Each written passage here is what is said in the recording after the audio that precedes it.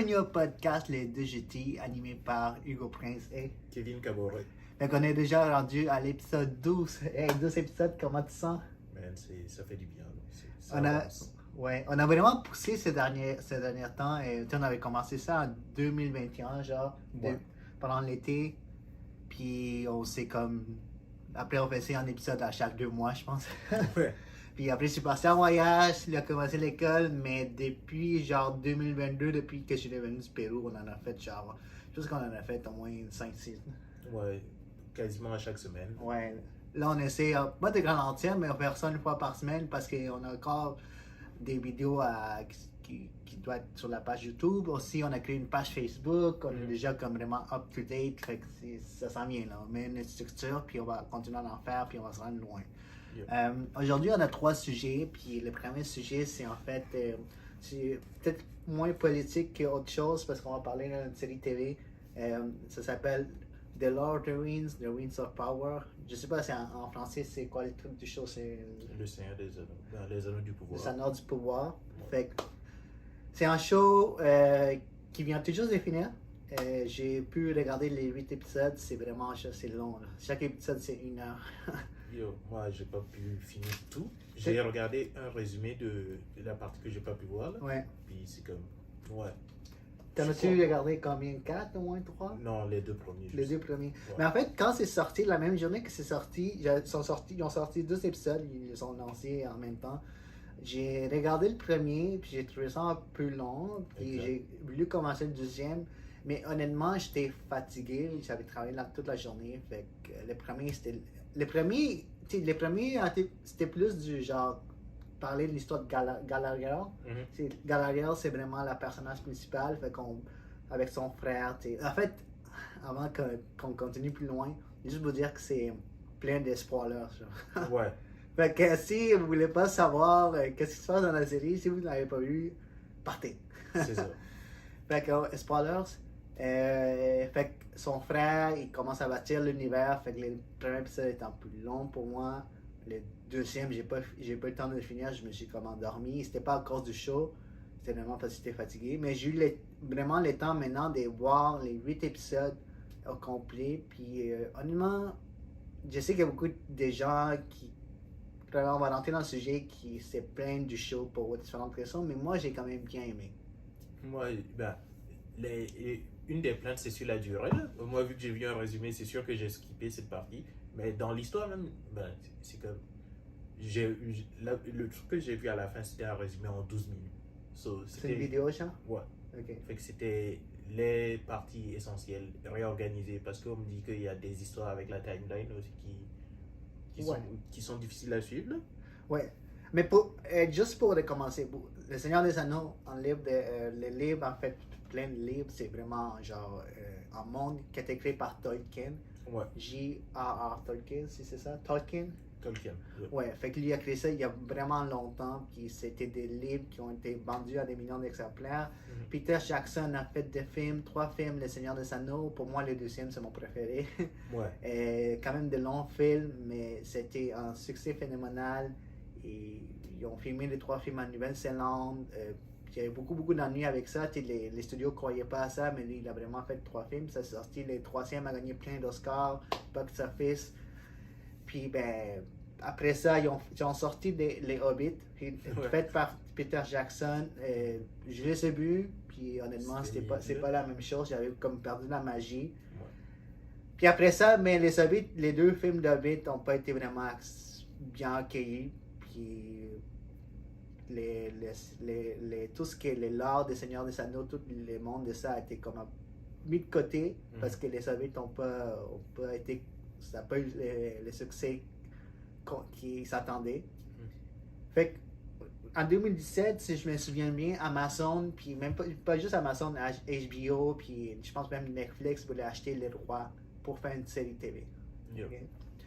Fait que Amazon a réussi à avoir Les Rois des Seigneurs des Anneaux, mais pas vraiment de toutes, juste une partie. Puis ça leur a coûté environ, si j'ai même écrit ici, là, ça leur a coûté beaucoup. C'était extrêmement cher, je sais pas si tu as les nombres, genre, en fait, 250 millions pour les droits de production en 2017. Fait que déjà là, c'était vraiment le plus gros deal de TV show dans toute l'histoire de Hollywood, genre. Ouais. Vraiment, 250. Pour un produit littéraire, Mhm. genre, parce que ça vient des livres. 250 millions, déjà là, c'était vraiment cher. Et quand ils ont acheté ça, ils n'ont pas eu tous les droits pour faire genre de film. Il y a eu quelques droits. Puis en même temps, ils ont aussi un peu de liberté pour créer des nouveaux personnages puis créer une nouvelle histoire. Fait que dans la série d'Amazon, ils ont des personnages qu'on revoit dans les films, genre Galadriel, Elrond, peut-être même Gandalf, il disparaît à la fin. Ouais. Et puis, bien sûr, les méchants dans Les Seigneurs des Anneaux, Sauron. Yeah. Fait que c'est des personnages qu'on a déjà vus. Puis il y a même des personnages qui ont été dans les livres de Tolkien qui ont rajouté, qui sont mis à la télé, des personnages qu'on n'avait pas dans les films. Puis même des nouveaux personnages comme les Harfoot, en fait les Harfoot c'est comme les Hobbits. Les Hobbits. Ben, leurs ancêtres, comme. C'est leurs ancêtres? Ben, de ce que je comprends, oui. Mais en fait, moi j'ai compris qu'ils avaient créé les Harfoot, c'était pas vraiment dans les mondes des Tolkien. Parce que je pense pas qu'ils avaient comme le droit d'utiliser des Hobbits. Ouais, mais c'est ça, je me dis, c'est comme. Ils n'avaient pas le droit d'utiliser les Hobbits, donc ils ont juste mis une race qui est comme leur ancêtre, parce que c'est le premier. Mais c'est ça n'existait pas dans les livres, tout. Ouais. Ils ont créé Harfoot, puis vraiment, genre. Les deux personnages dans les Harfoot, il y a deux filles, puis ça descend vraiment, genre. Vraiment Frodo et Sam. Yep. Elles s'appellent Nuri et Poppy, fait que vraiment, genre, les deux types de personnalités un peu. Genre, puis avec l'étranger, en fait, parce que Gandalf, on ne dit pas que c'est Gandalf, mais on va dire que c'est Gandalf, arrive, il a comme perdu sa mémoire, puis il tombe où ce que les Harfoot vivent. Ouais. Là, t'as deux filles qui ressemblent à Frodo et Sam, mais c'est pas Frodo et Sam, c'est Nuri et Poppy. Qu'est-ce que tu as pensé de l'histoire de la météorite? L'histoire de la météorite, je sais pas d'où ce qui vient, lui. Je pense qu'il y a eu quelque chose qui s'est passé avant, puis il a été comme renvoyé dans la météorite. Mais à ce qui paraît, il pensait que c'était le genre. Certaines personnes pensaient que c'était Sauron, mais c'était pas lui. Il y a quelque chose derrière ça, je pense qu'il a été comme renvoyé par quelque chose. Je pense qu'il a été comme. Il a perdu la mémoire. Fait il se bataillait avec quelque chose de gros, puis il a comme été renvoyé dans le ciel comme une météorite. Yeah. Fait que, honnêtement, moi, j'ai vraiment trouvé la série bonne. Mais je te dirais vraiment les CGI, parce que, écoute, c'est un des shows les plus chers de l'histoire de toute la business de télévision, genre. Ça a coûté au total. Juste la première saison, c'est dans les 400 millions. Juste la première saison, genre 8 épisodes, 8 heures là, au total. Puis, quand ils ont acheté les rois, ils se sont dit qu'ils vont faire 5 saisons, genre. Ouais. Fait qu'au total, toute la patente, ça va coûter $1 milliard et même plus, genre. $1 milliard. C'est extrêmement cher. Les CGI, j'ai vraiment aimé. Je pense que tu as vu les premiers épisodes, vraiment tout ce qui est les landscapes, la vue, genre les montagnes, c'est vraiment beau quand ils font des shots genre de loin. Là, tu vois vraiment toutes les montagnes, les villes, les châteaux, c'est vraiment beau. Ouais. Il y a des moments, il y a certains genre animaux, genre certains ogres, ou certains genre animaux, c'est un animal genre qui ressemble à un loup, mais c'est pas un loup qui c'est avec les arcs. Puis genre, je pense que la face était mal faite. Il y a des moments où tu voyais, il y a des choses, petits détails qu'on voyait que les CGI n'étaient pas très bons. Mais genre, les CGI, les effets spéciaux, les effets visuels, genre, de loin, tu sais, la vue, parfait. Moi, j'ai aimé. De mettre les focus sur Galadriel. Parce que ça, c'est très sombre et que beaucoup de gens se plaignent. Parce que dans Les Seigneurs des Anneaux, tu les as vu les films, non? Ouais. Galadriel est là, mais Galadriel, on dirait que c'est pas la même personne dans la série. Ouais. Premièrement, la série est 3000 ans avant Les Seigneurs des Anneaux, genre vraiment 3000 ans. Galadriel, c'est un elfe qui a pu habiter vraiment longtemps. Fait que Galadriel dans la série, là, c'est genre c'est une fille qui cherche à venger son frère parce qu'il a été tué par Sauron. Puis c'est une soldat, genre, c'est un commandant. Yeah. Fait qu'elle a vraiment la rage à l'intérieur d'elle, puis elle s'en fout vraiment de qu'est-ce que les autres pensent, elle veut juste avoir sa revanche. Puis là, elle rencontre Sauron, mais Sauron, c'était on savait pas que c'était lui parce que il a caché ça. Yo. Fait que, tu sais, on focus beaucoup sur elle, c'est vraiment elle la personnage principal de l'histoire. Son époux qui est dans Les Seigneurs des Anneaux, dans la série, elle dit que son époux a disparu puis peut-être mort. Fait qu'on sait pas. Je sais pas s'ils vont vraiment les réintroduire. Puis on dirait qu'il y avait comme des sentiments qui se développaient entre Galadriel puis Sauron. Ouais, dès les premières images, quand tu les vois avec l'histoire du bateau, Ouais. là, tu te dis, bah, ok, ils vont partir sur une histoire classique. Là. Ils vont pas s'aimer au début, puis ils vont finir ensemble. Un truc de Ouais, genre. mais c'est Sauron vers la fin qui voulait Yeah. vraiment être avec elle, puis elle a dit non. Là, puis, Ouais. peut-être à partir de ça, ben, Sauron, il va devenir le méchant qu'il est. Ouais, c'est ça. C'est À cause d'une femme. Ouais. Si elle lui a même dit, si tu restes avec moi, je vais être dans la lumière. Fait que elle a dit non. Fait que on met beaucoup, on dirait que c'est à cause de Galadriel que toute cette histoire-là des Seigneurs des Anneaux, plus tard, de Sauron qui devient méchant puis détruit toutes les... Ben, qui devient méchant?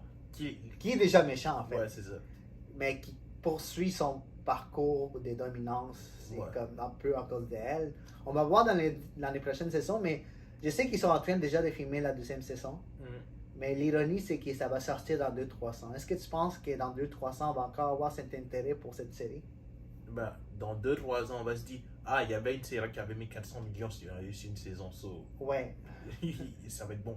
Mais pourquoi tu penses qu'ils prennent aussi de temps pour sortir la deuxième saison? Premièrement, parce que c'est Amazon et qu'ils ont les moyens de le faire. Mais tu sais, de sortir, ça prend 2-3 ans, alors que genre on est dans le momentum qui crée une série, ça prend genre ça sort même en bas d'une année, et surtout si c'est comme surtout si c'est saison 1 et saison 2 habituellement sont filmés ensemble pour que ça crée le momentum. Ouais, mais s'il y a du succès à la saison 1, ça vaut la peine. Mais là, il n'y a pas eu vraiment tant d'engouement que ça. Là. C'était Ouais. plus de la critique et tout. Ça vaut la peine de laisser passer cette période-là juste pour, comment on dit, que quand la saison 2 soit réintroduite, ben, les gens reprennent ça à partir de ça. Comme. Ok, comme un nouveau genre. Ouais, Mais est-ce que tu penses qu'il y aura encore l'intérêt? je pense que oui. Mais la licence Le Seigneur des Anneaux, les gens sont intéressés par ça. Ouais. Quand tu dis le nom Le Seigneur des Anneaux, les gens veulent voir qu'est-ce que c'est. Mais est-ce que, comment dire, je suis content de ne pas avoir vu les 8 heures. Ouais, c'est long, je te dirais. Il y a vraiment des longues parties. J'aimais vraiment l'épisode 6. Tu sais, dans les séries TV, c'est tout le temps des différents directeurs qui le filment, qui filment. Fait que je sais pas c'est qui. L'épisode 6, c'était vraiment bien. Beaucoup de scènes d'action. Écoute, il y a beaucoup de critiques par rapport à ça.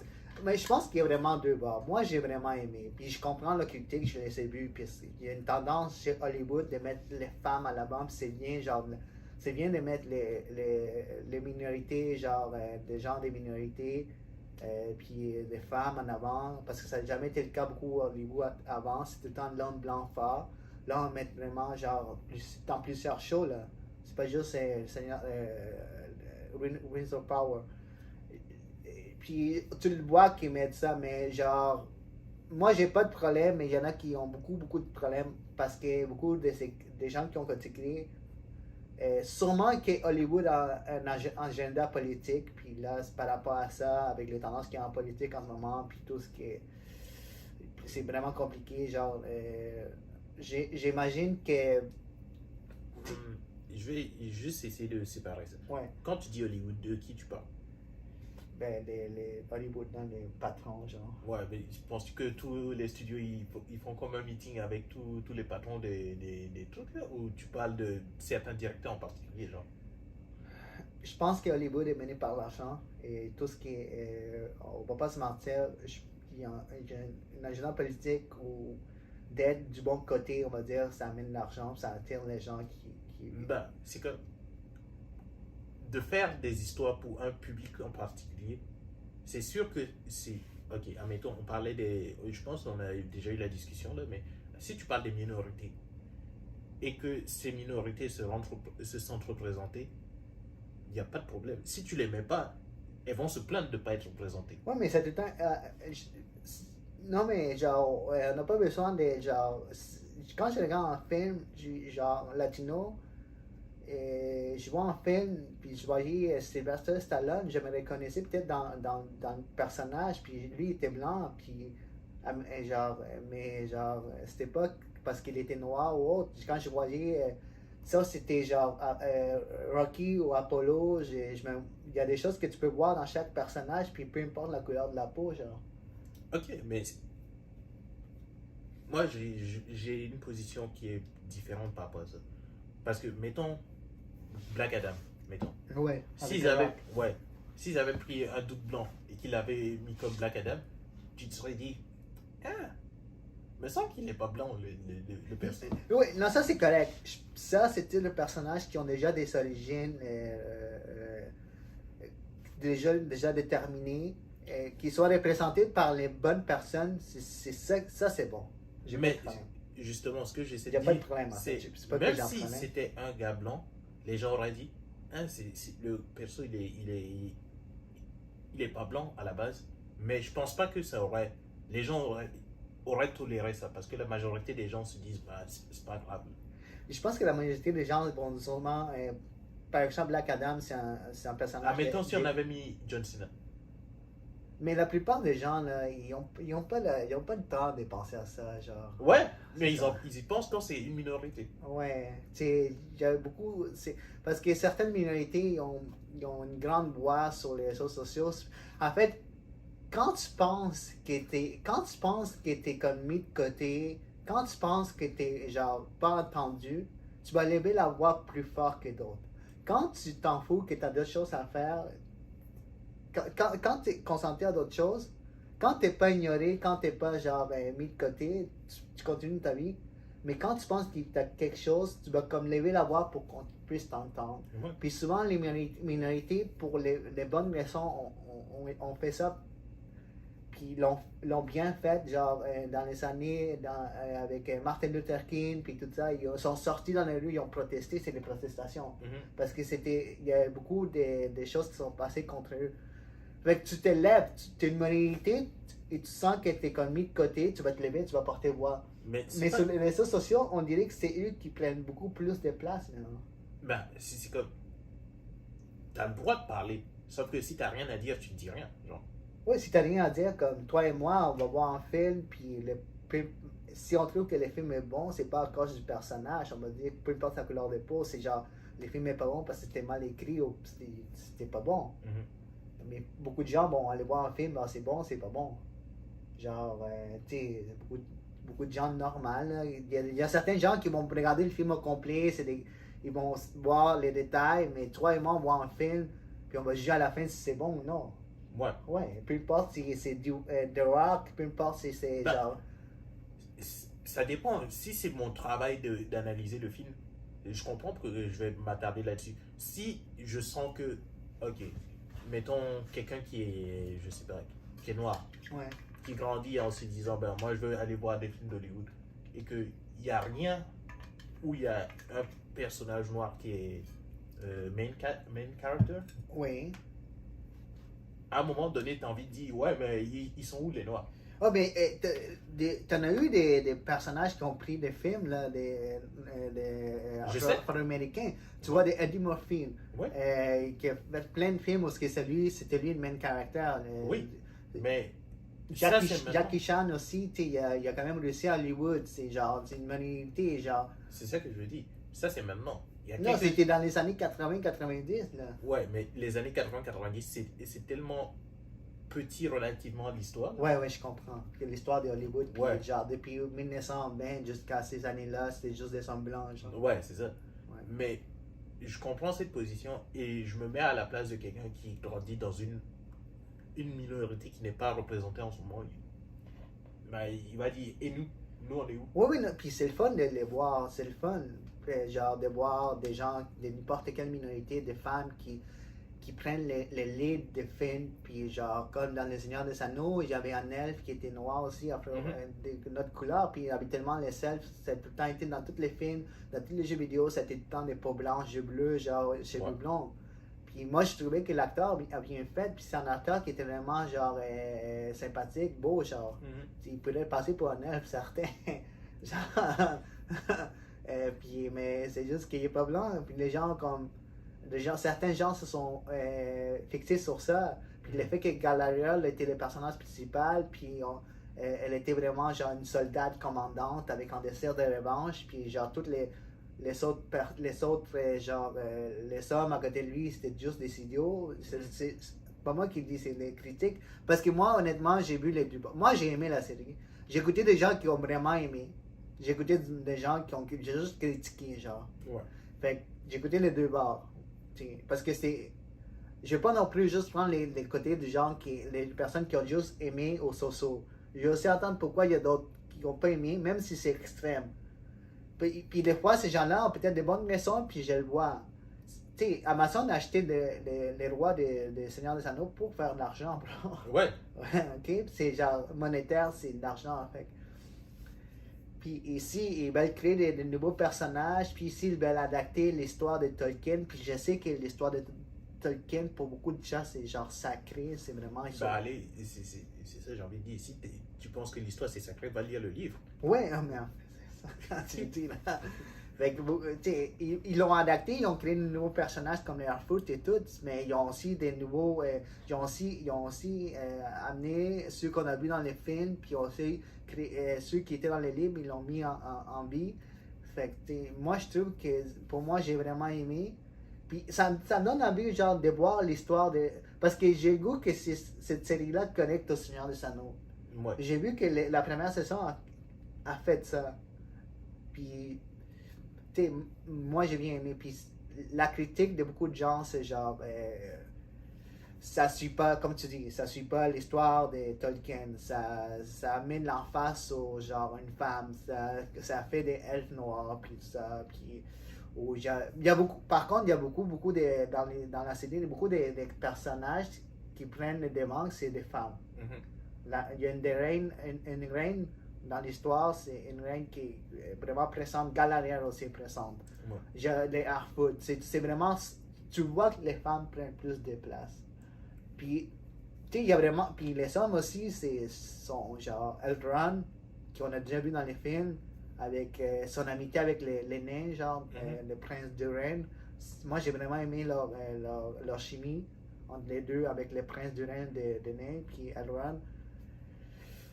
Mais écoute, je sais pas si c'est un agenda politique de mettre de mettre devant les femmes, puis qu'on fixe sur elles, puis toutes les femmes, c'est genre fortes et tout. Je sais pas, mais écoute, déjà là que c'est un monde imaginatif, c'est un monde imaginaire, genre. Ouais, ok. La politique, c'est juste comme montrer ta vision du monde et essayer de convaincre les gens que c'est bien. Si c'est mal fait, les gens ils vont dire fuck that, on va aller voir autre chose. Si c'est bien fait, yo, si tu fais un bon film et que tu veux mettre une femme ou que tu veux mettre, je sais pas, un Mexicain ou peu importe, tant que c'est bien fait, ça marche. Si après tu te donnes des excuses en te disant que tu as voulu représenter des gens et que tu utilises cette excuse pour dire que, comment dire, il faut tolérer ton travail, c'est peut-être bien éthiquement, mais ton film c'est quand même de la marque. Fait que toi, peu importe qu'il y a une représentation, tant que le film est bien fait, le film est bien fait. Ouais. Mais si c'est mauvais, même avec la représentation, c'est mauvais, c'est mauvais. C'est ça. Puis quand c'est mauvais, là, il faut pas genre, oh non, mais là, tu es en train de critiquer parce que le personnage principal, il était noir, il était mexicain. Non, le film était juste mauvais. C'est ça. Peu importe, les acteurs, ils ont fait leur mieux. Ceux qui réussissent dans ces séries-là, là, c'est des acteurs qui ont quand même. C'est des acteurs talentueux. C'est juste le script qui était pas bon. Ils vont pas mettre un acteur qui sait pas comment faire. Ils vont choisir des gens qui savent qui est capable. Mais genre dans la méthode qu'ils vont leur donner en script, genre ils vont leur donner comment tu dis script en français? Script. Ouais. Fait qu'eux ils vont juste acter. C'est pas bon, c'est pas bon. C'est ça. Faire un film c'est difficile. C'est vraiment difficile comme truc. Et si, comment dire, tu as de quoi faire un film et que tu veux essayer de prendre des raccourcis, il n'y a pas de façon de justifier ça. si tu vois ben, l'histoire, on dit que ok, l'histoire est bien et tout, et que au final la personne fait un film qui n'est pas bien accueilli, tu peux dire le public n'aime pas, j'ai pas atteint le bon public. Tu peux dire j'aurais aimé améliorer telle chose. Tu peux pas dire ceux qui n'ont pas aimé ça c'est des racistes. Exactement, c'est ça. Ou des homophobes. Ouais. Ou genre non. Ok, peut-être il y a une certaine minorité qui c'est pour cette raison-là, mais si c'est pas aimé, c'est parce que c'était pas bon. Ok? Cette série-là, moi, je l'ai bien aimée.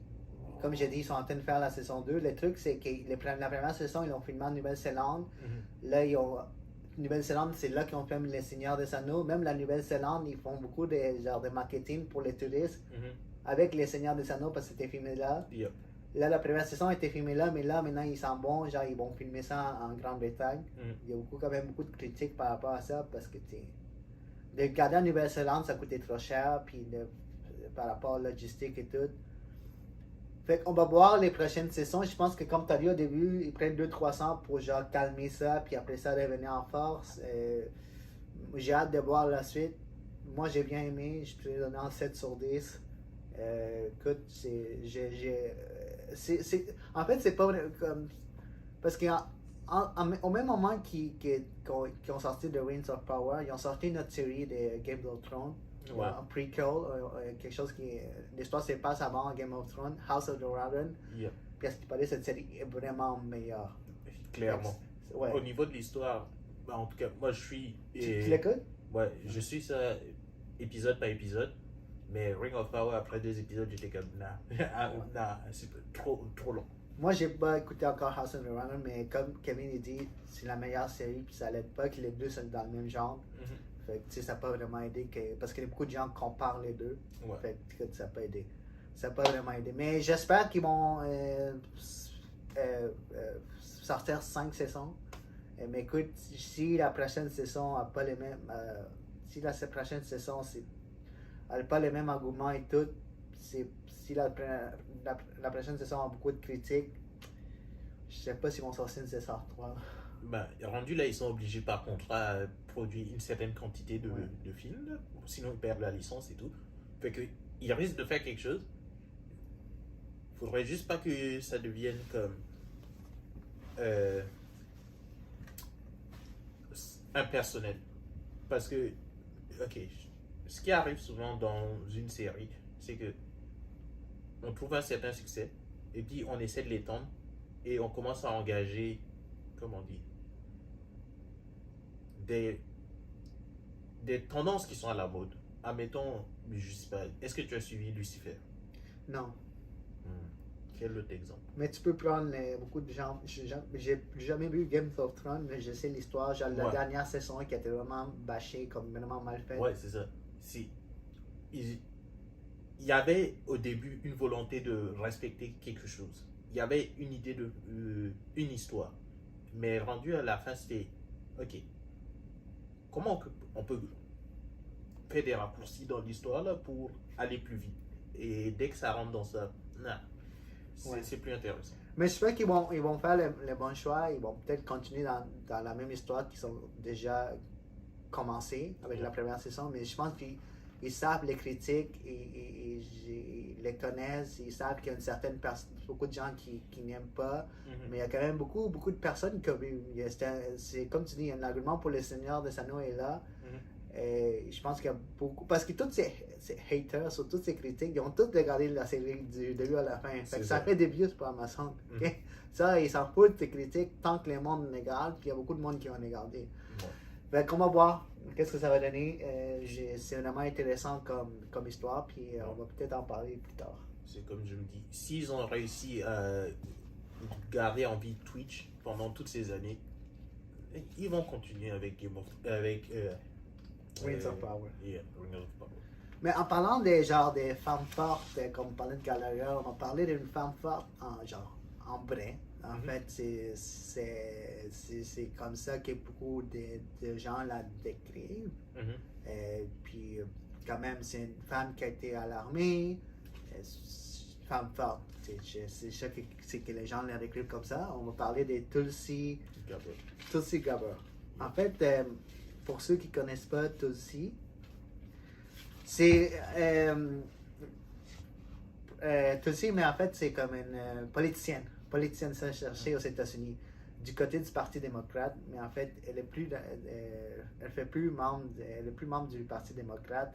Elle a été quand même toute sa vie avec le parti. En ce moment, elle s'est comme retirée un peu de la vie politique après, parce elle voulait être présidente dans les dernières élections. Dans la campagne contre en 2020, Joe Biden. Puis ensuite, elle l'a appuyé. Oui, elle a appuyé Joe Biden. Puis après ça, elle a perdu. Elle a décidé de prendre comme ça peu sa retraite. Mais elle a tout le temps été encore impliquée dans différentes choses dans le cercle politique. Puis, juste récemment, elle est venue dans le podcast de Joe Rogan. Puis elle a dit qu'elle quitte le Parti démocrate. Puis elle, ça fait depuis qu'elle est jeune, depuis qu'elle a commencé, qu'elle était dans le Parti démocrate. Mais elle a dit comme elle a tout le temps été un plus démocrate indépendante. OK?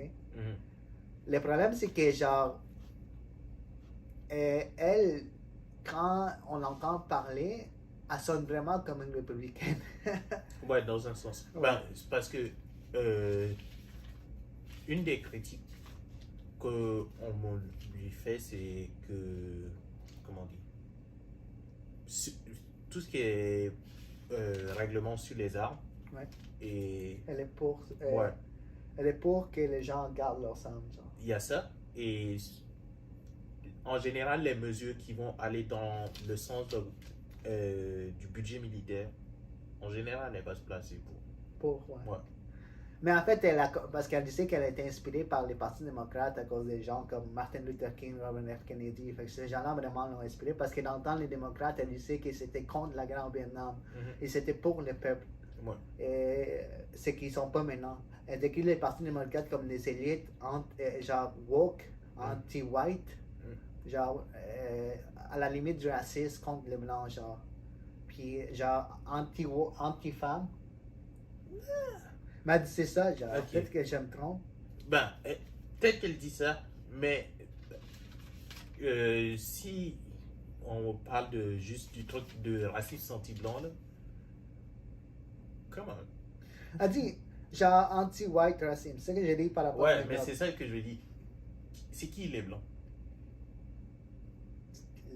Genre, les gens qui genre, sont contre tous les mouvements, genre, contre les Black Lives Matter, c'est tout. Non, genre. non.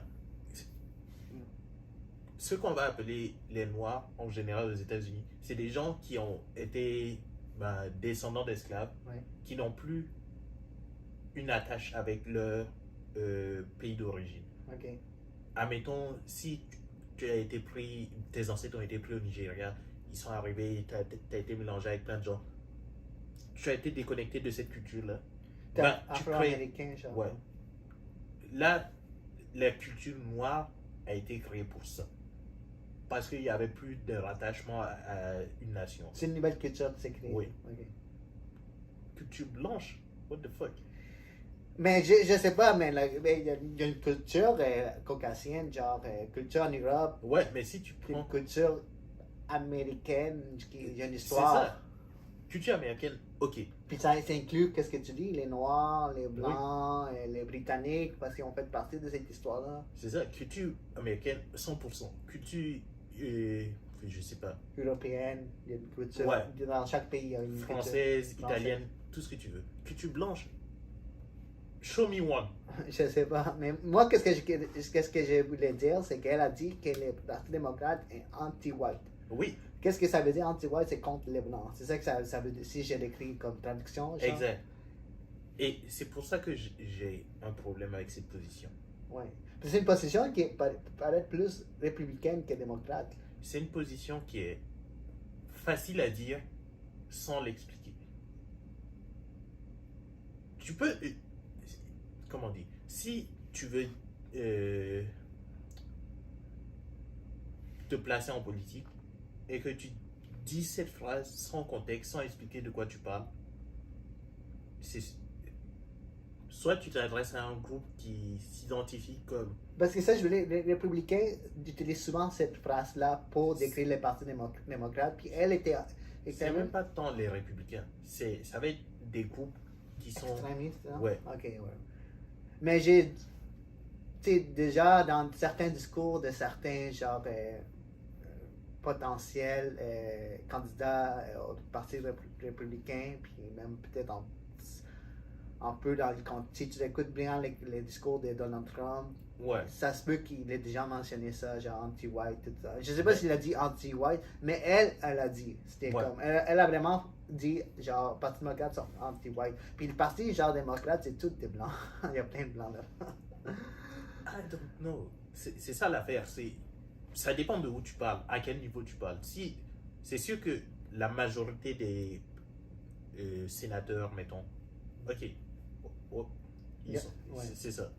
Si on parle des élus locaux, c'est très différent. Ouais, c'est ça. Mais l'affaire que... Mais ceux qui sont quand même au top, c'est tous des gens blancs, non? Nancy Pelosi, Ouais, tous ces gens-là. mais c'est ça que j'essaie de dire. En général, c'est mieux de dire de qui tu parles. Ok. Parce que je peux me lever et dire que, ok, le monde est dominé par, je sais pas, les riches. Mais c'est qui les riches? Ben, des riches, il y a différents types de riches. Ouais, si je prends un avocat qui travaille, qui fait, je sais pas, 200 000 dollars par an, mettons. Il est pas riche, là. Le gars, il a mis toute sa vie pour devenir avocat. Là. Il a peut-être 300 000 en dette. Ouais, sûrement. Ouais. Pour devenir politicien, c'est pas facile et ça coûte pas, comme on dit, ça coûte pas rien. Là. Fait que... Non, mais elle parlait surtout si tu veux vraiment te lancer genre en politique, il faut que tu sois vraiment débrouillé dans ça. Ouais. Parce que tu sais qu'il y a beaucoup de gens qui se lancent, mais il y a comme un autre chose à côté. Comme dans les récentes élections provinciales au Québec, Ouais. je voyais beaucoup de jeunes, puis c'est bien, qui se lançaient en politique pour être élus, mais il y avait encore, ils ne savaient pas encore finir les études, c'était peut-être genre bien de commencer, presque en train de finir, mais genre, j'imagine que tu te lances en politique après avoir fini tes études, comme ça, au moins tout ça c'est fait, puis tu peux te débrouiller à la politique. Je Mais sais pas je sais, il y en a qui font les deux, là. De ce que je comprends beaucoup, en tout cas, ma perception de la politique, c'est si tu veux t'engager à 100% dans la politique, il faut que tu puisses montrer aux autres que tu es une personne qui est Débrouiller au peuple. pas tant ça, reliable. Ouais, ok. Il faut que qu'on puisse compter sur toi. Compter sur toi. Ouais. Mais pour Si- compter sur toi, il faut que tu sois quand même, genre, vraiment dévoué à la cause. Parce que si je peux compter sur toi, mais toi, j'ai un cours à 14h, mais là, je compte sur toi à 14h pour faire quelque chose pour.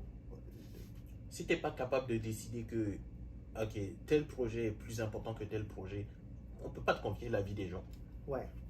Mais elle disait ça, genre, aux jeunes qui veulent se lancer, il faut que tu sois vraiment débrouillé. Puis elle a vraiment fait. Depuis que les jeunes ont vraiment été là-dedans, elle était pour différentes causes, surtout à Hawaï, parce que c'est là qu'elle était élue. Ouais. Puis elle a habité pendant presque toute sa vie là. Mhm. Puis elle était tout le temps là-dedans, même elle est dans l'armée, elle a servi pour son pays. Moi, quand je l'entends parler, je la vois, elle a vraiment une allure présidentielle. C'est bien, il y en a qui n'ont pas une allure, mais elle a un certain charisme. Puis elle a sorti beaucoup de points, surtout qu'elle a lancé sa chaîne YouTube, un podcast YouTube maintenant. Elle a annoncé sur le podcast de Joe Rogan, mais tu peux aller voir sa chaîne. Puis elle explique, elle donne beaucoup de points. Comme tu dis, là on parle du côté anti-white, mais elle a dit aussi anti-femme. Le Parti démocrate est anti-femme. Il ne respecte pas les civil liberties, les droits des civils. C'est ça qu'elle a dit, puis je peux te les nommer. Il y a comme le Parti démocrate rejette les rule of law, la loi du. En français, je sais pas c'est quoi, la rule of law. Comme une loi, en fait, tout ce qui est police, tout ce qui est police, en fait. Parce que le Parti démocrate dit on va défendre la police. Ça, c'est contre le rule of law. Puis ils sont aussi contre les freedom, la liberté d'expression, la liberté des religions. Tu sais, elle donne ça, genre, ils sont racistes, anti-woman, anti-family. C'est ça qu'elle dit. Il y a pas, non, c'est ça le truc. Tu peux pas juste dire l'Église est contre, je sais pas. Non, mais elle donne beaucoup de raisons, genre, mais plutôt par rapport à à la famille. Elle dit que le Parti démocrate ne connaît pas l'essentiel du rôle de la famille. Elle dit que le gouvernement veut éduquer nos enfants, il ne veut pas qu'on nous on éduque nos enfants, c'est ça qu'elle dit. Elle dit que les partis démocrates encouragent les écoles, les professeurs à parler de tout ce qui est transgenre, transformation dès le jeune âge, tous les traitements. Puis si les parents ne sont pas d'accord, ils font des lois pour que les enfants puissent carrément appeler les Child Protect Service puis qu'ils les enlèvent de ses parents. Fait qu'elle dit que les démocrates font plein de ces lois-là contre les familles, contre les femmes, contre... Voici ma critique par rapport à ça. On sait que la démocratie, c'est un système qui est lent. Ouais. Si je vois un problème aujourd'hui et que je veux le changer, je commence à faire des démarches auprès des élus. Ça peut prendre 5, 10 ans avant que ce soit mis en place. Ouais. Si aujourd'hui on décide que l'éducation, comment on dit, sur, mettons, toute la communauté LGBTQ est importante, et qu'on commence à mettre en place, avant que le système ne soit opérationnel, qu'on puisse dire, ok, maintenant ça marche, 4, 5, 6 ans, quelque chose. Ok, fait que ça vient. Ok, ça fait que ça. Mais elle critique aussi le gouvernement d'Obama, là, dit des choses. Mais tu penses que tout ce qui est maintenant dans les écoles, ça fait déjà 4-5 ans que ça a été implanté. Ça a commencé il y a 4-5 ans. Ouais. Et pendant toute cette période-là, on teste et on essaie d'éliminer des erreurs. Mais il y a entre Obama et Biden, il y a un gouvernement républicain. Ouais. Fait que là, tu dis que c'est toute cette histoire des livres dans les écoles, puis ouais. Tout ça s'est implanté il y a 4 ans, il y a 5 ans, c'était pendant le temps d'Obama. Ouais. Les républicains, quand ils étaient là, ils ont comme rien fait. C'est ça.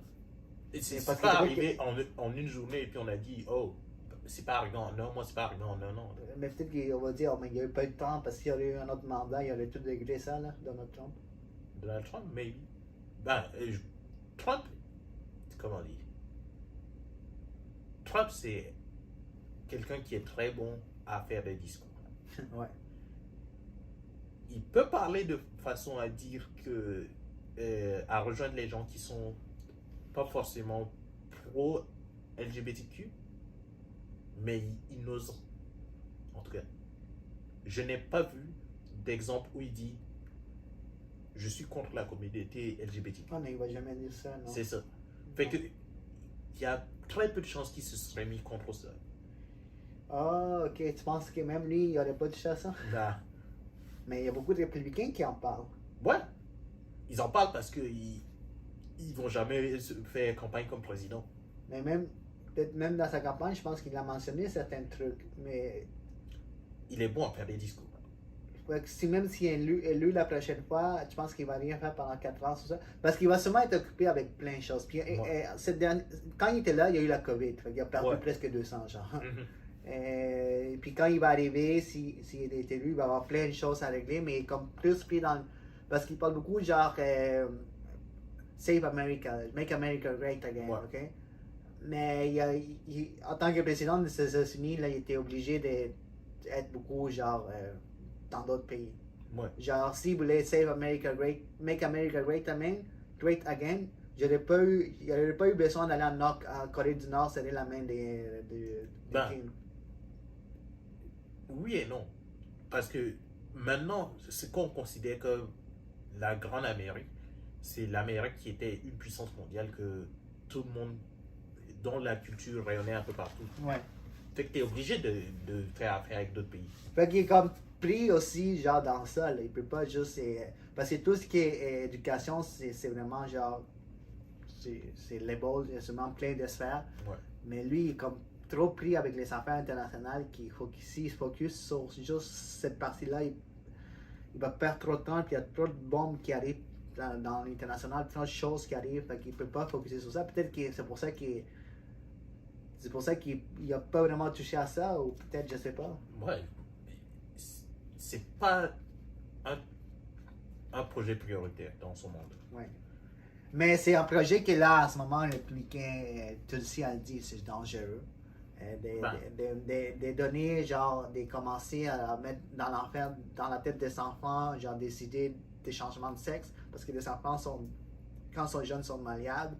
Fait que puis beaucoup des parents sont allés se plaindre, genre, dans les écoles de ces livres-là, puis ils ont été même forcés, ils les ont forcés à quitter, ils n'ont pas écouté les parents. En tant que représentant pour une instance politique, c'est important que tu dises ce que ses parents la pensent. Mais, comment dire, si un parent veut limiter les libertés de son enfant, l'État a le droit de poser la question, est-ce que ça entame les libertés de cet enfant ou pas?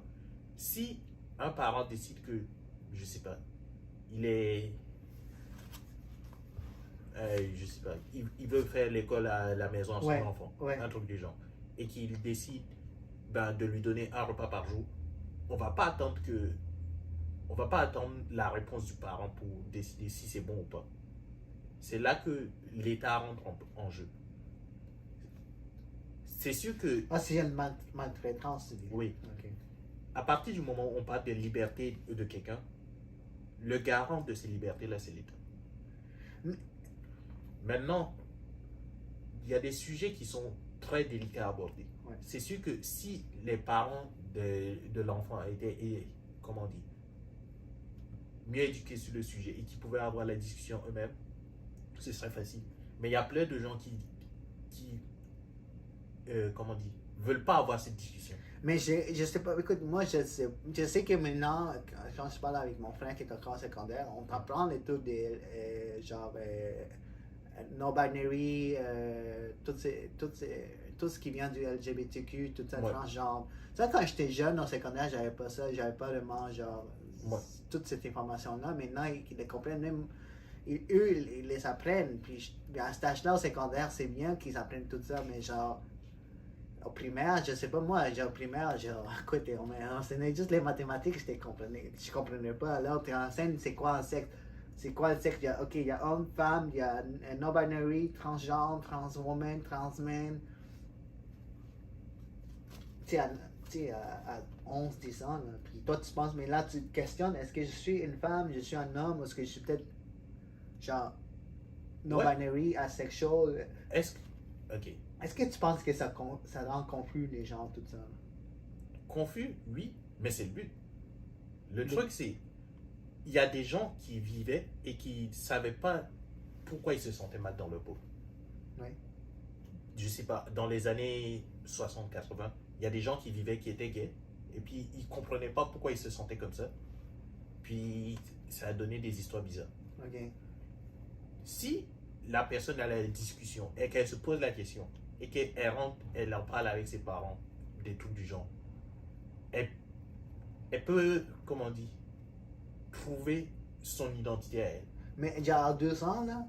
Pas à 2 ans. À 12, mais c'est ça qu'on enseigne à cet âge-là. En fait, c'est ça je sais pas, je suis pas dans une école. Voici. Mais c'est ça qu'elle a dit qu'à 12 ans, on t'enseigne ça, mais genre... J'essaie de finir le point. Ok, vas-y. C'est pas une décision que tu peux prendre en une journée, ni même en 1 an.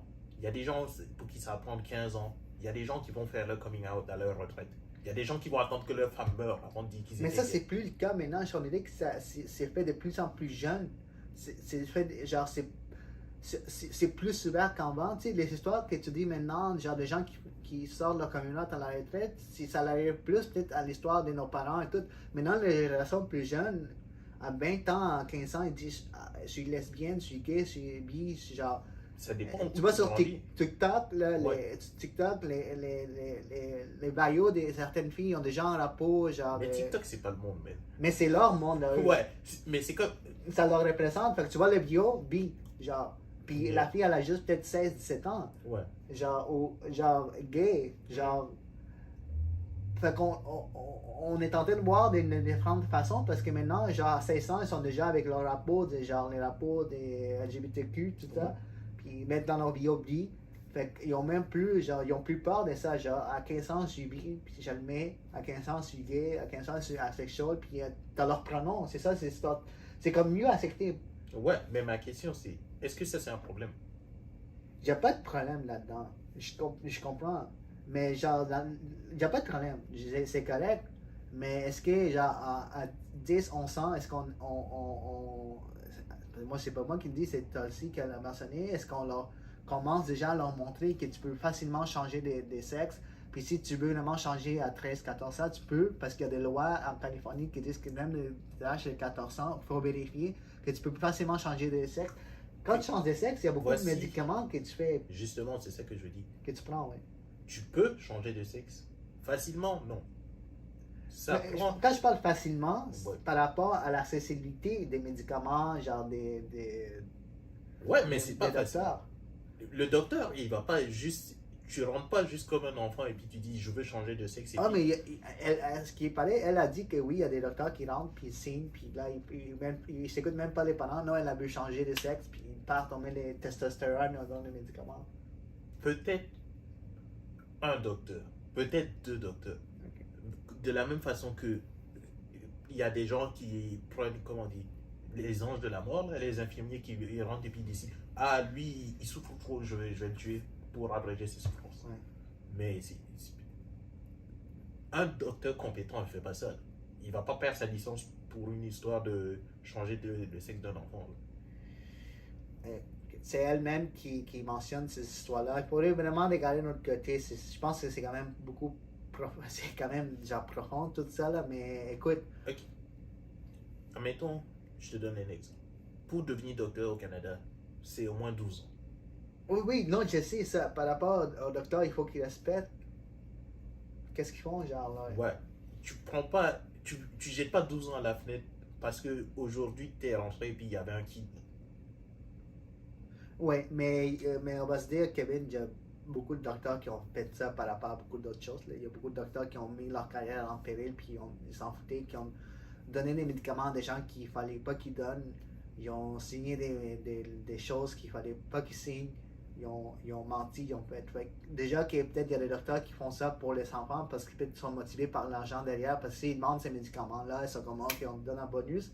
Il y en a, mais c'est pas une majorité, c'est ça que tu veux dire. C'est même, pour moi, c'est même pas une portion considérable. Ok, je comprends. Parce que, si, je sais pas, si aujourd'hui tu dois aller voir un docteur, n'importe lequel, que tu tapes et que tu vois qu'il a donné des médicaments à un enfant, c'est fini. Oui, non, certain. Puis, pour revenir au sujet de Tulsi, là, parce que c'est ça qu'on parle, puis je comprends ton point des médecins, seulement c'est genre vraiment une minorité qui fait ça. Ce que j'essaie de dire par là, c'est que c'est très facile pour un politicien de prendre des données et de les rendre, comment on dit, de s'agrandir, genre, pour faire. Pas les agrandir. Ils vont dire la vérité, mais ils vont le dire d'une façon qui va être interprétée en leur faveur. Ok. Et dans ce cas-là, je pense que c'est ça le problème. Ok. Est-ce que tu penses que Tulsi va rejoindre le Parti républicain? 60-40. Parce qu'elle a dit qu'elle a été déjà courtisée par les partis. Ouais. Pour moi, c'est 60-40. 60% qu'elle rejoint, 40% que non. Je trouve que si elle a des ambitions présidentielles, puis elle a dit qu'elle allait ça, quand Joe Rogan l'a posé, est-ce que tu vas te présenter en tant qu'indépendante pour les élections? C'est pas possible par rapport au système électoral américain. Je trouve que puis elle a vraiment dit beaucoup trop de choses contre les démocrates.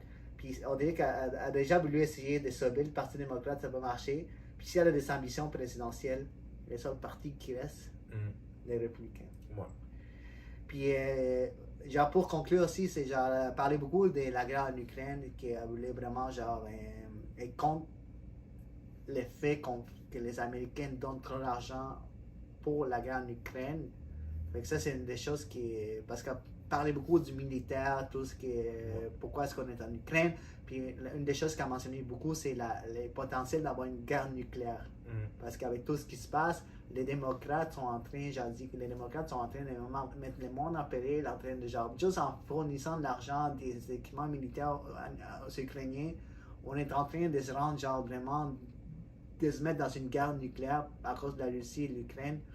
Puis c'est ça en fait notre prochain sujet, la guerre en Ukraine. Ça fait déjà presque une année que c'est là, Ouais. depuis février, fin janvier. Et il y a vraiment beaucoup de choses qui sont passées. Puis une des choses les plus imminentes, celle qui reste dans la tête de plusieurs gens, de plusieurs politiciens, de plusieurs gens qui voient ça, c'est le risque d'avoir une guerre nucléaire, le risque d'avoir une troisième guerre mondiale. Ouais. Ben, c'est. Comment dire?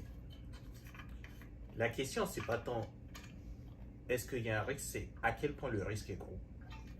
Puis t'as aussi à dire que genre, qu'elle sait pas qu'est-ce qui peut se passer, genre ça peut arriver demain, ça peut arriver dans une semaine, genre le risque est là, c'est potentiel. Oui, mais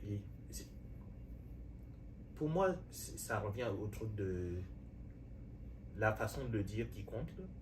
C'est comme, oui, il existe un risque d'avoir une guerre nucléaire, mais s'il y a une guerre nucléaire, premièrement, on est fucked. Ouais, on est fuck. Mais est-ce qu'on veut être déjà préparé à ça? Mais en fait, c'est ça que j'ai regardé tantôt, je suis tombé sur ça, puis il y a une commerciale, une vidéo commerciale, genre, en ad, à New York. C'est vrai, là. C'est une vidéo qu'ils ont faite en cas des risques de guerre nucléaire, qu'est-ce qu'on fait? Ben oui, c'est ça. Je sais pas si tu l'as vu, là. C'est une vidéo, Ben, j'ai pas vu comme un celle-là. commercial qui passe sur les réseaux sociaux, à la télé, sur YouTube, là. La fille, elle parle. OK, on est dans. C'est une guerre nucléaire. Il y a une catastrophe nucléaire. Qu'est-ce qu'on fait, genre? Moi. C'est genre, c'est pour les gens de New York. Fait que, pourquoi est-ce qu'ils font ça? Est-ce qu'on est vraiment en train de se préparer pour ça? Puis là, la fille a dit, mais restez chez vous, sortez pas. Au Canada aussi, il y a des trucs, une campagne toujours de, comment dire, ayez un kit de survie chez vous, un truc Mais du genre. Mais Mais ça fait partie du rôle du gouvernement de faire ça. ok, Tu fait que voudrais pas- c'est pas genre parce qu'on est dans une guerre en Ukraine Non. que genre ils vont nous. Ben, je pense pas, là. C'est comme, ce qui serait inquiétant, c'est qu'ils disent rien du tout Ok. et que ça arrive. Mais, premièrement, Poutine est sorti et puis elle a dit on va prendre tous les moyens nécessaires pour protéger Ouais. nos Ça intérêts. fait peur. Puis là, quand il dit tous les moyens nécessaires, c'est genre tous les moyens nécessaires. Puis il a même dit c'est pas un bluff. C'est ça qu'il a dit dans son discours. Ouais. Genre. Parce qu'en fait, il a fait son discours parce qu'il y a 4 régions en Ukraine qui ont été annexées en Russie. C'est des régions qui étaient occupées par la Russie depuis le début de la guerre. Ils ont fait un référendum dans les 4 régions. Référendum, on ne sait pas si genre, les votes ont été bien comptés et tout. Fait que lui est sorti après ça pour faire un discours, puis il a dit nous on va protéger ces endroits-là. Dès qu'ils font partie de la Russie, on va les protéger, puis on va prendre tous les moyens nécessaires. Puis c'est pas un bluff, même il a dit on va prendre tous les moyens nécessaires. Puis quand il dit tous les moyens nécessaires, ben il y a des armes nucléaires. Ouais. Fait que ces régions-là, ils ont fait un référendum. J'ai même écrit les résultats parce que c'est vraiment en faveur des Russes. Puis il faut s'entendre que dans ces parties-là, c'est proche de la Russie, puis c'est beaucoup de gens des Russes qui habitent là, genre des gens vraiment pro-russes. Ouais. Mais juste le phénomène qu'il y a eu avec le truc de. Comment ça s'appelle? L'opération militaire. Là. Ouais. Ben, ils appellent pas ça une guerre encore, ils appellent ça une opération militaire. Ça fait que. Même encore jusqu'à maintenant, là? Ouais. Mais si l'Ukraine, justement, déclenche des hostilités dans ces régions-là, maintenant la Russie pourra dire ah, l'Ukraine Mais a c'était déjà en escaladé. train d'avoir des hostilités, genre, parce que l'Ukraine, Ouais. c'était parti de l'Ukraine. Mais c'est différent. Parce que là, la Russie dit maintenant ça, c'est la Russie. Parce que c'est comme, c'est 4 régions. Les référendums, ils ont ressorti les résultats. 98% en faveur, genre, c'était les régions de Donetsk, Luhansk, Donbass? Donbass, mais Yeah. j'ai écrit comme c'est Donbass. Luhansk, Zaporizhzhia et Kherson. Excusez-moi pour la prononciation, mais Donbass, c'est ça en fait. Ils ont tout été en faveur, genre les 90% et plus. Ils ont fait la même chose en Crimée en 2014, là, quand ils ont fait leur référendum. Puis comme tu dis maintenant, s'ils s'attaquent ces gens-là, Ben, la Russie va dire, oh, ils nous ont déclaré la guerre. Et puis là, la Russie va dire, là maintenant, on va rentrer en guerre. mais il y a eu, en fait, en Crimée, il y a eu un pont qui a été, Attaqué. attaqué. Ouais, et puis il y a eu les bombardements en réponse. Puis, je sais pas si c'était attaqué par, en ce qui paraît, c'est un camion qui a juste explosé. Je sais pas si l'Ukraine a jamais dit que c'était eux vraiment, genre. Je sais pas s'ils ont pris de crédit pour ça. J'ai pas vu ça. Non, mais genre, après ça, que c'est passé après, la Russie a envoyé des bombardements dans toute l'Ukraine, surtout dans la capitale, avec des drones. C'est des drones kamikazes. Fait qu'ils envoient ça contrôlé genre par une centrale. C'est des drones qui se lancent, puis ils font juste aller dans une cible, puis ils s'écrasent, puis ils explosent. Fait que ces drones-là, ça coûte vraiment pas cher à faire. Puis à ce qui paraît, ces drones-là, les Russes l'ont acheté aux Iraniens. Ouais. Et puis ils ont changé les noms tout. Pourquoi? Parce que c'est moins cher que d'envoyer des missiles. Puis les Iraniens, ils font ça. Fait que là, tu vois, il y a un autre pays qui s'implique dans ça, mais les Iraniens ont dit non, c'est nous, on n'est rien là-dedans. Fait que ces drones-là, en fait, vont s'attaquer à tous les endroits publics en Ukraine, dans la capitale. Puis les Ukrainiens, maintenant, ils demandent aux pays de l'OTAN, puis aux États-Unis, au Canada, déjà, d'avoir des choses, missiles contre Ouais, des protection aérienne. Parce que maintenant, en fait, si tu vois la guerre maintenant, là, c'est plus genre des soldats contre des soldats. Là. C'est tout se passe dans les airs. C'est fou, là. Ouais.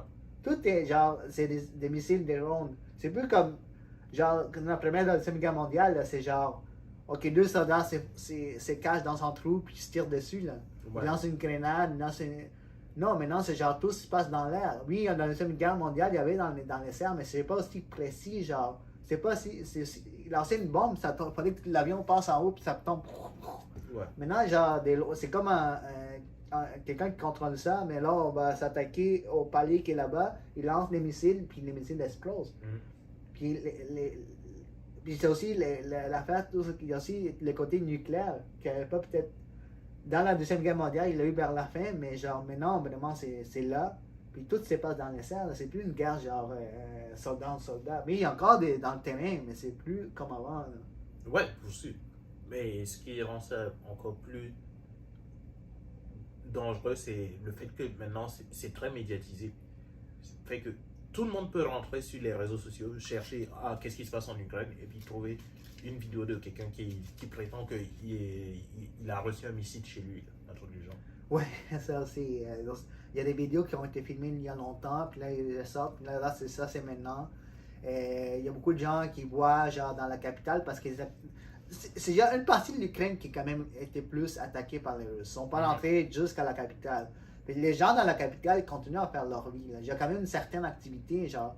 Puis là, les gens, si tu vois, ok, il y a des filles, des Ukrainiennes qui mettent des vidéos qui sont dans la capitale, les choses se passent comme normal. Puis les gens dans les réseaux sociaux, mais là, regarde, il n'y a pas une vraie guerre parce que les gens sont en train de vivre leur vie. Mais oui, il faut qu'ils vivent leur vie. Ces endroits-là sont encore sécuritaires. Fait que, les Ukrainiens veulent rester dans leur pays. Il faut que l'économie continue, même si elle est affectée par une guerre. Fait que si quelqu'un met une vidéo des gens qui marchent dans les rues, c'est pas parce qu'il y a une guerre, peut-être la guerre est un peu plus loin, mais la guerre est imminente, est à côté. Ouais. Mais genre, c'est parce que c'est pas parce que j'ai vu une vidéo des gens qui marchent dans les rues de la capitale de l'Ukraine qu'il n'y a pas de guerre. Puis les gens ils voient ça parce qu'il y a tellement des mauvaises informations qui circulent. Oh non, il y a même des gens qui disent qu'il n'y a pas de guerre en Ukraine, c'est tout fait. Ouais, il y a toutes sortes de personnes sur Internet là. Il y a une guerre qui se passe. Les gens peuvent aller d'un côté ou de l'autre. C'est fou en fait, les partis républicains, on dirait qu'ils les disent pas, mais ils sont vraiment ok, Poutine, pro-russe. Puis dans le temps, ces partis-là étaient contre les Russes, étaient contre les communistes. Et maintenant, c'est comme, l'homme fort, c'est Poutine, il faut le laisser faire. Ben, je sais pas s'ils sont pour la Russie, ils sont plus... Au début de la guerre, peut-être, ok, les deux partis sont alliés ensemble. Puis là, maintenant, peut-être Zelensky, genre, on sait pas si Zelensky prend des photos dans les magazines, puis il demande trop d'argent. Là, on va laisser Poutine, genre, prendre les 4 régions. Les 4 régions, ça appartient déjà à la Russie. On va les, genre, On sait pas. Moi, je ne connais pas assez dans toute cette histoire pour prendre position. Ce que je sais plus, c'est comment dire, en tant qu'être humain sur la planète Terre, pendant que ça se passe, j'espère qu'il n'y aura pas une guerre nucléaire. Je pense pas qu'on est en route pour ça. Mais tu sais, beaucoup de gens disent, mais on est en train de coincer Poutine, genre on est en train de lui donner une mauvaise image. Ouais. Il y a des rumeurs qui disent genre Poutine il a le cancer, puis il est en phase terminale, puis il s'en fout, genre. Puis là il va juste passer sur la bombe s'il gagne pas. Sur les boutons pour la bombe. Pourquoi il voudrait détruire toute l'humanité? Puis il a même dit, genre, dans son discours, genre, il y a une guerre nucléaire, s'il y a quelque chose qui se passe, ou d'ici la Russie est affectée par des bombardements nucléaires, n'oubliez pas que les morts se déplacent de votre côté. Ouais, c'est ça. Fait que lui, même, il dit, yo, faites de quoi, vous nous lancez quelque chose, mais les vents, il va juste prendre naturellement, toutes les radiations nucléaires vont se déplacer vers l'Europe. Même lui, il dit, oui, certains qui disent qu'il bluffe pas, mais peut-être qu'il bluffe. Je vais juste dire qu'il ne bloque pas pour que ça paraisse bien. Yeah. Là, tout le monde en parle, puis c'est comme l'histoire que la guerre nucléaire. Comment tu penses que ça va finir cette guerre en Ukraine? Quelqu'un se fait assassiner. Il n'y a pas de discussion que l'Ukraine ne rejoint pas l'OTAN, puis Poutine garde les 4 régions, puis... Même si ça arrivait, ces négociations-là, le fait qu'il y ait eu l'opération militaire va faire en sorte qu'il y aura toujours un doute par rapport à est-ce que ça va arriver encore. Parce que c'est déjà arrivé en 2014 avec la Crimée. Ouais. Je dis qu'ils ne disent pas dans 4 ans ou dans 8 ans, genre, si Poutine était... Même pas Poutine, il y a plein de gens qui pensent comme lui, ils disent on va envahir encore l'Ukraine puis on va prendre plus. Yeah. Mais quand tu parles, quelqu'un va se faire assassiner, qui a plus de chances, Poutine ou Zelensky? Je pense pas que Poutine soit risqué, mais un de ses officiers peut-être. Mais si Zelensky, genre, se fait assassiner, est-ce que tu penses que ça va arrêter la guerre? Ça devient martyr. Ouais, mais là, Poutine, il y a plein de remplacements. Zelensky, qui va prendre sa place, qui va être aussi charismatique que lui pour donner une bonne image à Si le l'Ouest? président de l'Ukraine se fait assassiner, c'est une guerre. Une guerre? Ouais. Une guerre? Tous les pays d'Europe vont devoir prendre parti. Non, je pense pas. Je pense pas juste à cause de ça. Là. Bro. Tu penses que s'il se fait assassiner, tout le monde va dire ok, c'est la guerre maintenant? Ouais. Ils peuvent pas. Comment dire? Ils veulent pas le faire. Tout le monde parle, tout le monde est dit, mais là, ils sont. Déjà, quand tu prends un pays comme. Admettons, qu'est-ce qu'il y a eu récemment? Parce que ça se peut que Zelensky, genre dans il y a un bombardement, puis tu tombes sur lui, la bombe. Là, Ouais. tu sais, bon, mais la bombe vient d'où? De la Russie. Fait que là, il va dire, mais les Russes ont tué Zelensky. Ouais, c'est ça. Mais genre, la guerre est entre eux deux. Ouais, mais comment on dit? On pourra pas dire une opération militaire spéciale a tué le président de l'Ukraine. Ça marche pas. Fait qu'on. Il y a une guerre. Fait que là, tu vas prendre. Si lui meurt, tout le Ouais. monde, ben, bon, faut faire de quoi? Faut choisir un camp. Je pense pas, même s'ils décèdent, qu'ils vont dire. Ils Si- vont peut-être mettre quelqu'un en place qui, on me semble, qui Je veut te donne continuer. un exemple admettons, s'il suffisait d'assassiner quelqu'un là, au Tibet, s'il suffisait d'assassiner le leader, le Dalai Lama, la Chine aurait fait ça depuis longtemps. Ce qu'ils sont obligés de faire, c'est d'essayer de faire en sorte que le prochain Dalai Lama soit de leur bord. Mais Parce que si Zelensky se fait assassiner, l'Ouest va juste prendre quelqu'un, peut-être pas aussi charismatique, mais quelqu'un qui va encore se battre pour défendre l'Ukraine, puis le mettre là. Ou toi, tu penses que si lui se fait tuer, la Russie va juste, ok, non, mais quelqu'un, direct, tout de suite.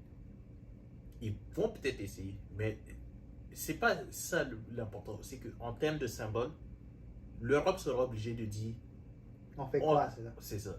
Et je sais pas qu'est-ce qu'ils vont faire, mais Ils peuvent pas dire ah c'est correct. ils vont dénoncer comme ils font tout le temps. Mais les Léens, ils ont tué, c'est ça, ils ont tué le président, il était assassiné. Mais ils vont pas genre prendre les armes puis aller contre la Russie. Comment dire? Je te donne un exemple d'une situation similaire, c'est l'Afghanistan. Okay. Si après le 11 septembre et tout, les États-Unis n'avait rien fait, ça marche pas. Ok. Si il y a une opération militaire en Europe et que, comment dire, un président élu démocratiquement se fait assassiner, il faut prendre position. L'ONU va être obligé de prendre position. Et à partir de là, il va falloir que les différents pays décident, ok, est-ce que comment dire, des sanctions économiques vont suffire? Non, beaucoup des Ukrainiens vont vouloir conserver leur territoire et ils vont tenir l'Union européenne comme responsable de ça, ou l'OTAN comme responsable de ça. Certains qui. Et l'OTAN ne pourra pas dire, ah, l'Ukraine voulait nous rejoindre, mais finalement, le président s'est fait assassiner, tout bas. Certains qui vont prendre position, ils vont faire de quoi? Je pense pas qu'ils vont enlever les armes, on va contre la Russie. Je pense pas qu'ils vont aller jusqu'à ce point-là. Ils vont sûrement baquer les prochains qui va être pour l'Ouest, qui va vouloir continuer la guerre. Tel que si Zelensky se fait assassiner, son successeur dit, mais écoute, on va juste faire des négociations. Parce que Zelensky est vraiment devenu le symbole de cette guerre, genre, pour les Ukrainiens, pour l'Ouest. Et c'est ça qui est puis dangereux. même lui, maintenant, il a déjà dit, oh, c'est tout ou rien. Puis il a déjà vraiment comme fait son but, c'est genre, on va reprendre l'Ukraine. Puis, mais le truc, justement, qui est dangereux avec un symbole, c'est que il est dangereux quand il est vivant, mais il est encore plus dangereux quand il est mort. Ouais. Parce que c'est plus un humain qui peut faire des erreurs. Là. C'est devenu le symbole.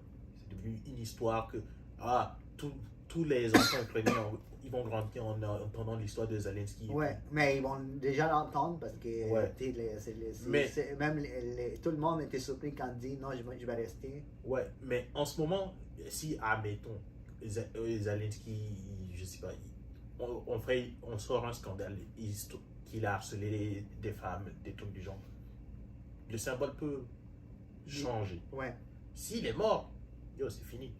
Ouais, peu importe qu'est-ce qui arrive, parce qu'on va pas le croire. Non, Ouais. Zelensky était pas comme ça, parce qu'on a. Mais quand il est vivant, on peut le juger encore plus. Ouais. Écoute, je sais pas ce que ça va s'en aller, mais tout ça, je sais pas comment ça va finir. J'espère qu'il y a des négociations qui vont se faire. Je sais pas. La Russie a déjà quand même eu quatre régions de l'Ukraine. Ils peuvent dire, mais on a eu assez. Mais c'est juste que l'autre côté, le problème c'est que l'autre côté continue à vouloir attaquer, avancer, à reprendre. Le problème c'est que la Russie a décidé d'envahir l'Ukraine. Ouais, mais elle a déjà eu, ils l'ont fait en Crimée. Mais c'est ça, c'est que à partir du moment où cette opération a été lancée, c'était tout ou rien pour Poutine? Ouais. Ça va être difficile, je sais pas comment ça va finir. Une guerre nucléaire, puis bon, on finit tout. Let's hope not. Écoute, mais genre, pour finir, je voulais juste en point, genre, t'as vu avec ce qui s'est passé avec Elon Musk et Starlink? Ouais. On peut finir avec ça. Elon Musk, qui depuis le début de la guerre, avec sa compagnie Starlink, donne en fait les services de Starlink, son service d'internet, satellite, genre. C'est ça, satellite? Ouais, ils font comme un relais pour la connexion internet. Ouais, fait qu'avec ça, genre, c'est vraiment, en ce moment, c'est critique pour l'armée ukrainienne. C'est comme ça qu'ils vont avoir accès à l'internet, à les donner les informations, puis... apparemment, ça coûtait trop cher maintenant. Non, mais en fait, lui il voit ça, puis c'est ça qu'il est pro, il est pro-Ukraine, il veut aider l'Ukraine, il voit mal ça, la Russie envahir l'Ukraine, puis là, sa compagnie aide les Ukrainiens déjà. Mais lui, il voit que ça commence à être trop, genre. Puis là, il avait donné 4 propositions, genre, de dire, mais... en fait, dans ces propositions, si je me rappelle bien, là, je peux vous les sortir. C'était genre le Pentagone prend en charge les coûts de Starlink. Mais en fait, ses propositions, c'était refaire les sélections des régions annexées à la Russie, genre, mais par la supervision de l'OTAN. La Crimée reste à la Russie. Genre, supply de l'eau, il faut qu'il y ait de l'eau qui rentre en Crimée, qu'elle soit assurée, parce que peut-être il y en manque d'eau et tout ça. Fait que lui, il voulait que la Crimée reçoive de l'eau, genre une ressource d'eau, puis l'Ukraine soit neutre, puis genre, c'est ça qui pour son. Parce qu'il parlait dans un plan de paix, genre. Il a donné 4 propositions. Puis dans les 4 propositions, les gens ils ont commencé à critiquer pour contre lui. Puis il y a un ambassadeur ukrainien qui a dit juste bah chier, genre. Ouais, mais c'est normal parce que eux, ils sont élus par des gens qui vivent là-bas. Et ben, Là, tu vois, notre Bernard qui dit. ils vivent pas là. Mais il y a plein de monde là, qui parle, genre, qui parle, genre, il devait faire ça, il devait faire ça. Ouais, mais comment on dit? Tu peux donner des conseils, mais tes conseils ne sont pas les bienvenus. Mais là, lui, il a envoyé chien. Ouais. Mais Elon Musk, sa compagnie, aide directement l'armée, genre, ukrainienne. Fait que lui, il a dit, tu sais quoi, si tu m'envoies chien, ben, ok, je m'en vais. Il a suspendu ses services, il a demandé au Pentagone, c'est vous qui financez maintenant tout ça. Ouais. Fait que là, les Ukrainiens, ils ont dit, non, on reste avec nous. Parce que le Pentagone, ils ont juste reçu les messages d'Elon, puis ils ont dit, bon, nous, on s'en. Ils l'ont pas dit, mais ils ont dit, non, nous, on se mêle pas de ça. Là, les gens en Ukraine, ils ont dit non, ils ont commencé, il y a un autre ministre qui est sorti, non, Elon Musk, il nous appuie vraiment. Puis là, à la fin, Elon Musk a dit, ok, ben, je vais continuer à vous fournir l'Internet. Ouais, mais c'est ça le problème. C'est que si, comment on dit, le sort d'une population réside dans la bonne ou la mauvaise humeur d'une personne, c'est chaud. Ouais, mais lui, il a juste proposé parce qu'il est quand même impliqué là-dedans. Je sais pas s'il a le droit de parler, je sais pas, mais c'est grâce peut-être à lui qu'il y a beaucoup de batailles se gagnent en Ukraine parce qu'il y a de l'information qui rentre, genre, avec sa compagnie, l'Internet, tout ça, genre, il y a un accès parce qu'on sait qu'en Ukraine, il y a des parties qui n'ont plus l'Internet, lui, avec ça, il donne l'information. Fait que je sais pas si c'est lui, en tant qu'homme d'affaires, qui a un intérêt là-dedans, est-ce qu'il a droit de parole? Je sais pas, est-ce que tu penses qu'il y a droit de parole parce que ces services aident certains combats à être gagnés par les Ukrainiens? Voici la situation que j'aurais décrite. Pendant la guerre, si c'était une guerre entre les États-Unis et la Russie, et que justement ça arrivait à ce niveau-là, ben, le Pentagone allait juste donner des ordres à Musk. Il n'aurait pas son droit de parole. Mais comme personne extérieure à l'Ukraine n'a pas de pouvoir sur lui. Genre, si c'était arrivé et que c'était contre les États-Unis, même s'il n'était pas d'accord, le Pentagone va dire il faut que tu fournisses tes services. Hein. T'as pas le choix. Là. Okay. On va prendre le contrôle, là, ça va être militaire. Ouais. C'est ça. Parce que c'est genre un produit qui est vraiment. Oui. Qui va nous aider à gagner ça. Oui, mais à partir du moment où il veut négocier avec le gouvernement comme cela, c'est obligé qu'il reçoive justement cette attention négative sur lui. Oui, des représentants ukrainiens qui disent mais pourquoi tu te mêles de ça? C'est ça. Même si lui, il se mêle déjà à ça. Ouais. Mais il y a un certain endroit de parole, il peut le dire, mais genre, Elon Musk, c'est une personnalité vraiment genre publique, extrêmement populaire, fait qu'il y a beaucoup de gens qui me mais tu sais, un milliardaire de gens, puis les gens le voient de malfaçon. Écoute, ils n'ont pas pris leur proposition, Elon Musk continue à fournir ses services à l'armée ukrainienne, puis ben, tout ce qu'il veut, c'est qu'il y ait une paix. Tout le monde veut que la paix soit établie parce que sinon il peut avoir des grandes conséquences. Ouais. Écoute, Kevin, j'ai vraiment aimé cet épisode. Je pense que c'est peut-être un épisode plus. Je sais pas. Parce qu'on a parlé de sujets vraiment un peu plus délicats, genre. Ouais. Puis plus politique, puis peut-être controverse. Je sais Et pas. puis si vous avez des points que vous voulez éclaircir ou des questions, ben, laissez-les dans les commentaires comme ça. Puis tout ce qu'on dit, là, des fois je pense pas quand je parle, mais j'essaie de faire attention, là, mais peu importe. Mais genre, pendant 15 ans, là, prenez pas cet épisode puis dire cancel. Ouais. Ils étaient pro-russe ou pro-Ukraine. C'était anti-Galariel. Yeah. Non, j'aime Galariel, c'était un bon personnage. Mais écoute, tout ce qu'on dit, on n'est pas des experts.